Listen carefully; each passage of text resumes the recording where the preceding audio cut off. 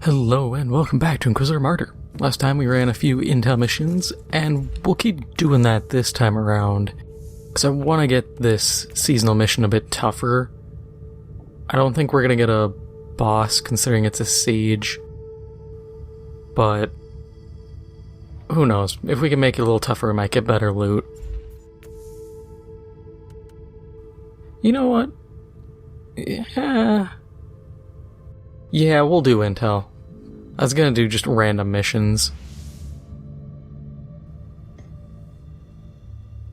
But considering these have better payouts, I think they have better payouts. They seem to.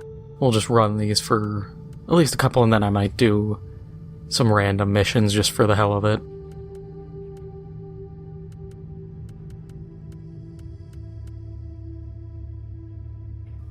Okay, cool. No heat resist. So this will be just easy.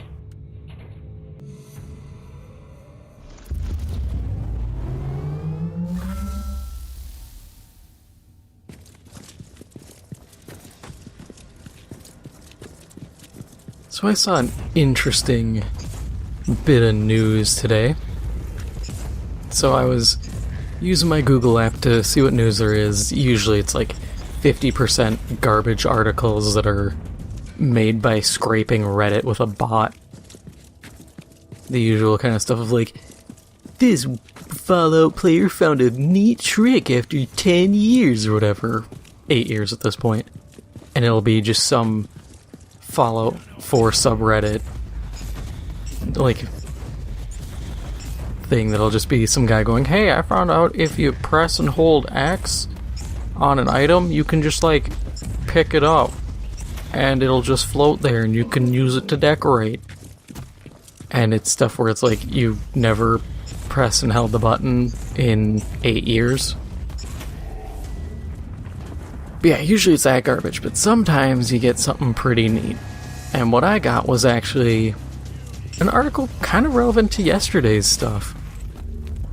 It was talking about, I believe it was Jason Schreier who did the interviews and research and all this, but a number of first-party Sony devs are actually worried about the pivot to live service games, which I completely understand.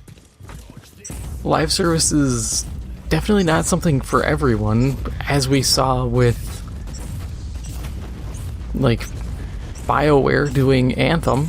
Sometimes studios just don't have the skill set.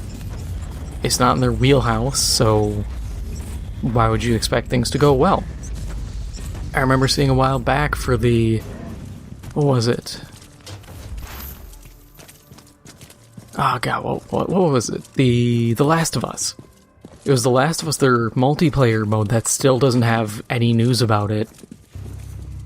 There was stuff saying that they brought in Bungie to take a look at it, and Bungie's like, nah, this is not good. Which I do kind of laugh when people are like, oh, well, the like specialization and technical know-how of Bungie. Have you looked at Destiny in the past couple years? They don't know what they're doing either. I wouldn't trust them for live service. All they know how to do is make a marketplace and then follow the trend of shove a battle pass in. The only reason they're successful and Destiny's been successful is because every other competitor failed.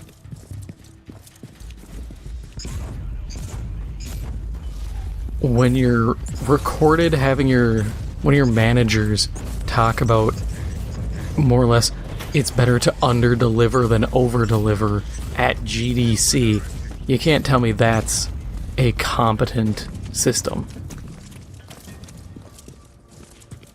And so I wouldn't trust the opinions of people who are promoting that kind of methodology, because they're just going to drive you down the same paths they're driving themselves down. But yeah, I thought it was interesting that even the Sony studios are like, hey, we're not totally comfortable with this. And I was looking into it because I was talking with a friend, about it, and I couldn't remember how many games it was. Because I had said to him, I find it kind of funny, because this was talking about Jim Ryan. I said, the guy was pushing for all these games as a service, and he wanted them by 2026. And my friend had said, like, oh, are you sure? And I looked it up, and the number ranges from 10 to 12. I think the latest numbers are 12 games that are all live service in the next 2.5 years, because they want them out by end of fiscal year 2026, which is March.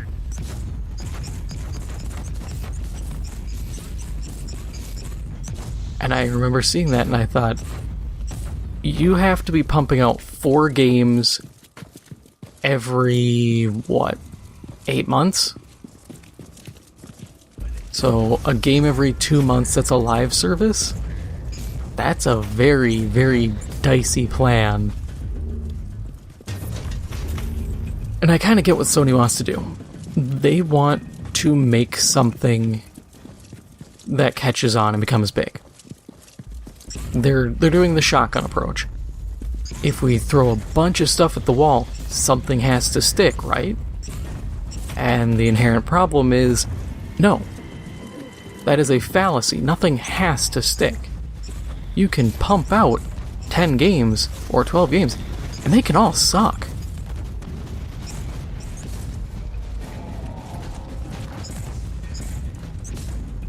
I think of the saying where, given enough time, a room of apes alongside a typewriter could write Shakespeare's work. It's like, yeah, but you know how many iterations you have to go through? And that's the big thing. And I also I fear they're going to be like, oh, we did market research and all this garbage that does not help us.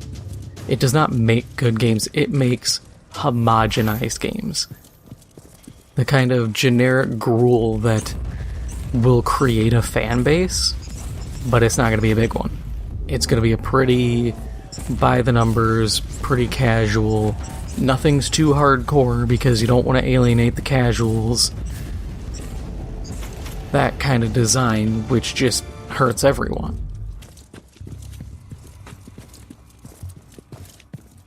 So I'm sitting here wondering what the plan's gonna be, because I just can't see it going well. I'd like it to, but I'm also wondering, what are they making? Because realistically, live service, the games we have are few and far between. And considering Roblox is now coming to PlayStation, you can't really make your own Roblox game. Unless they decide to literally try to make Roblox, but like a Little Big Planet skin on it. And be like, yeah, this is our new game, Little Big Planet World. Which, I swear to God, if they would use a name like that, I would tear my own skin off. Because just the sheer redundancy of Little Big Planet World. It's a minor thing, but man, that's just... You already have the planet, you don't need the world.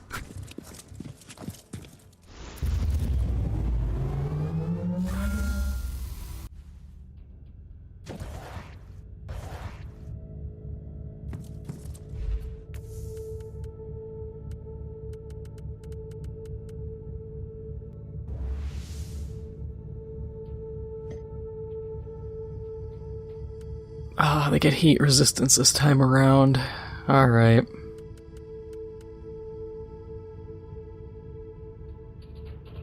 But they don't get physical... Okay, they do get physical resist. But it's just the villains and commanders. We can work with that.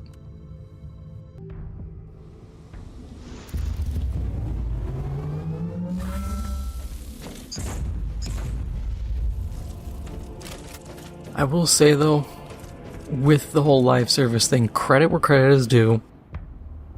There are possible games. For instance, I would love to see like a Resistance, Fall of Man live service game.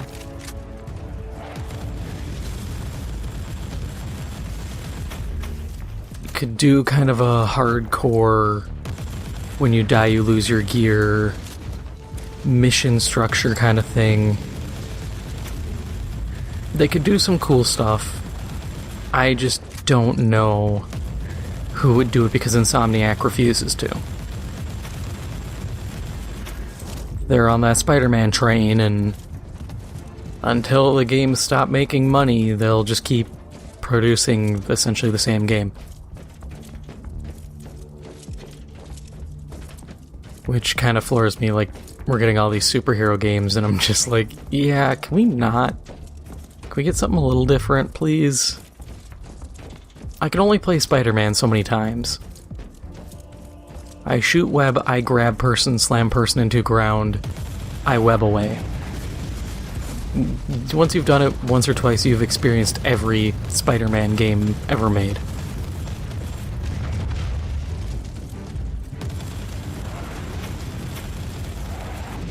But yeah, I think there's possible games they could do. I really think it was stupid for them to sell... God, what was it? At the time it was SOE, Sony Online Entertainment, which was the guys who made... I think they did Star Wars Galaxies, but I know they did PlanetSide too. Because PlanetSide would be an easy game to do as a live service thing. But... I just don't know how well they would end up making it. It is a shame though, because the current studio, Rogue Rocket, that's doing PlanetSide, they could honestly do with funding. I remember seeing an interview where they were talking to one of the head guys, and they're like, hey, so is there a possibility of a PlanetSide 3? And the guy's like, yeah, but we kind of need the money to show that a sequel is possible. Which is a shame, because I think it'd be fun. And PlanetSide really needs a sequel at this point. The game's 10 years old, the engine's kind of old. It needs a lot of work at this point. And it really needs, like, an economy rebalance. Because it kind of sucks when, like, your main grind is just to get weapons. Because you can use a weapon in the little training area all you want, but it really doesn't tell you if it sucks until you actually have it in a normal fight, and then you can really get a feel for, am I going to die horribly using this gun, or am I good? Because I fell for that mistake a few times picking up weapons, and I'm like, oh, this played fine in the training area, but this thing actually sucks.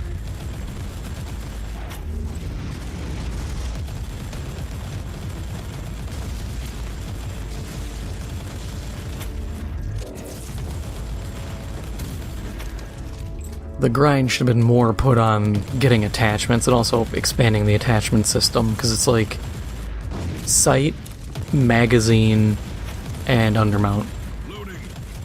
And the magazine, it's like, do you want...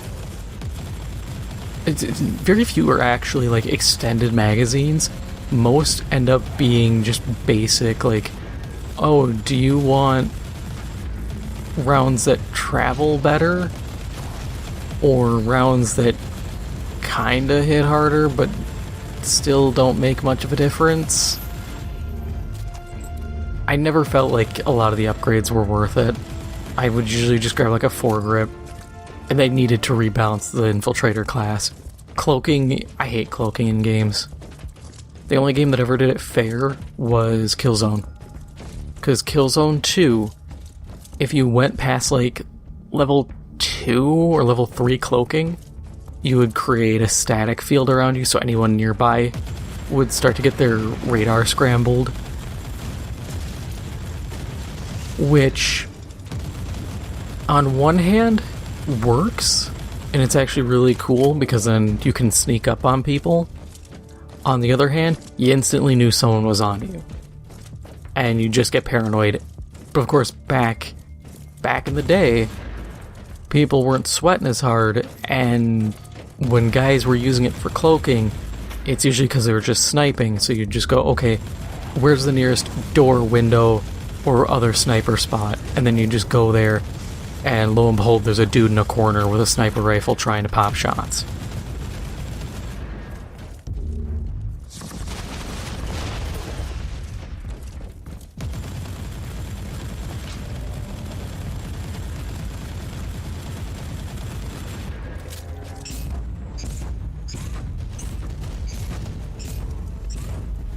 I do miss those days, though. Old Killzone had a lot of fun stuff. That'd be another one I could actually see a live service game being. A multiplayer-focused Killzone. But I feel like Sony is adopting like a stupid mentality of we can't look at things in the past because it's the past and we need to look to the future.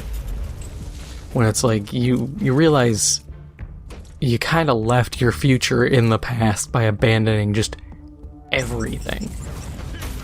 Doesn't mean you have to exclusively make old games again, but you should probably look at those and be like, hey, maybe we should do a reboot or make a sequel for this one or that one. Hey, we're doing a TV show for Twisted Metal. Maybe we should make a Twisted Metal game. Just a thought. Instead, the best they can do is be like, hey, we made it so you can buy the old ones. Like, yeah, that's cool, but I already played Twisted Metal. I already played Twisted Metal 2. I already played Twisted Metal Black. I don't really want to play those again. I want to play a new game set in that setting.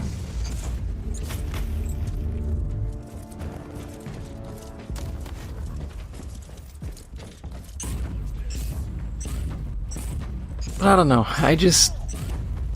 I'm interested to see what their plans are for these live service games, but I'm also looking at it like, I'm up to a dozen, if not potentially more games. And from my understanding, stuff like The First Descendant, Synced, those aren't being counted. So these are completely separate games, and as I said, and as the article said, first-party studios. I'm sitting here looking at it going, who's even a first-party studio? I mean, I know who is a first-party studio, but it's like, okay, so what, Naughty Dog's doing their Last of Us multiplayer? Is that gonna be one? Because I can't see, if it's anything like the Last of Us 1's multiplayer, I can't see that appealing to a lot of people. A friend of mine loved it, thought it was great. I hated it. I thought it was really annoying that you drop into these maps and it's like, oh, do you want to make a nail bomb? Well, you now have to go find the stuff for it in the match and then craft it in the middle of the fight. And especially when people just rock up with, like, I think there was a shotgun pistol, and they just pop you with that, and usually they drop you with it. It wasn't a fun experience. I think you can do post-apocalyptic shooters, but they have to be made very competently, is the best way I'd describe it. Because you have to kind of temper what you're expecting to be in there.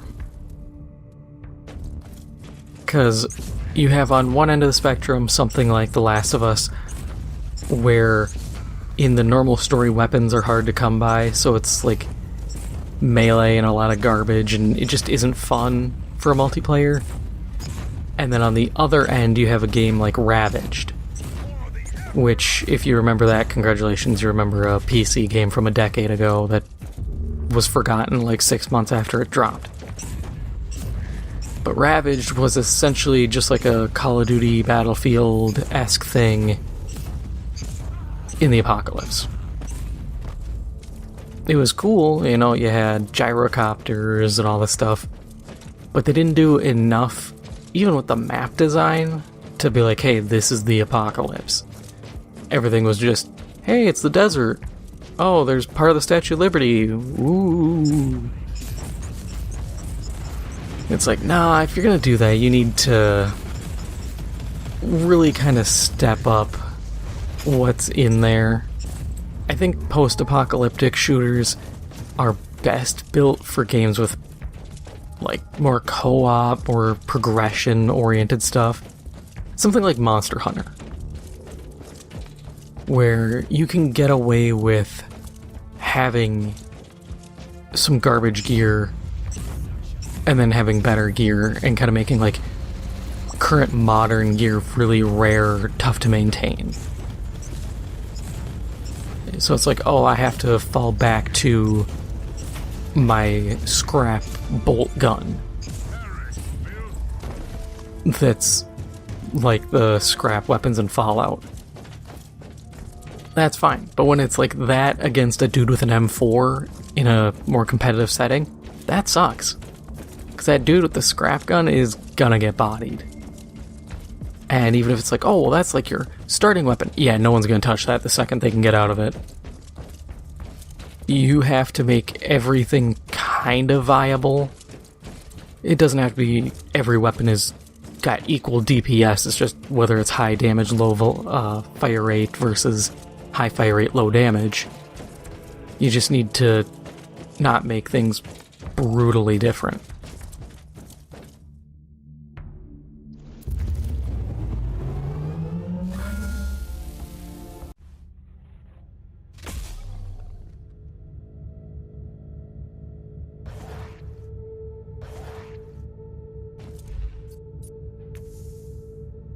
That heat sinks, though.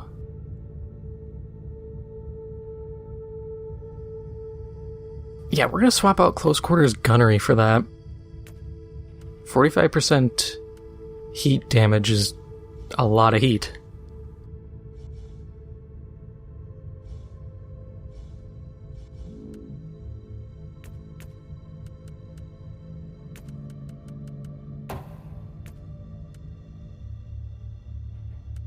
Whole lot of nothing worthwhile out of the loot.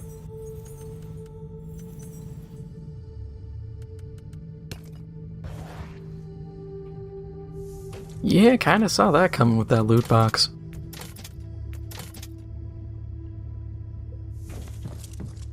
But that'll happen. Actually, before we end things, let's check what our seasonal mission is. Yeah, we'll still let it ride. But that is all for now. If you enjoyed this episode, make sure to hit the like button. It helps out the channel a lot. And if you haven't already, make sure to hit the subscribe button. Thank you for watching, and I'll see you in the next one.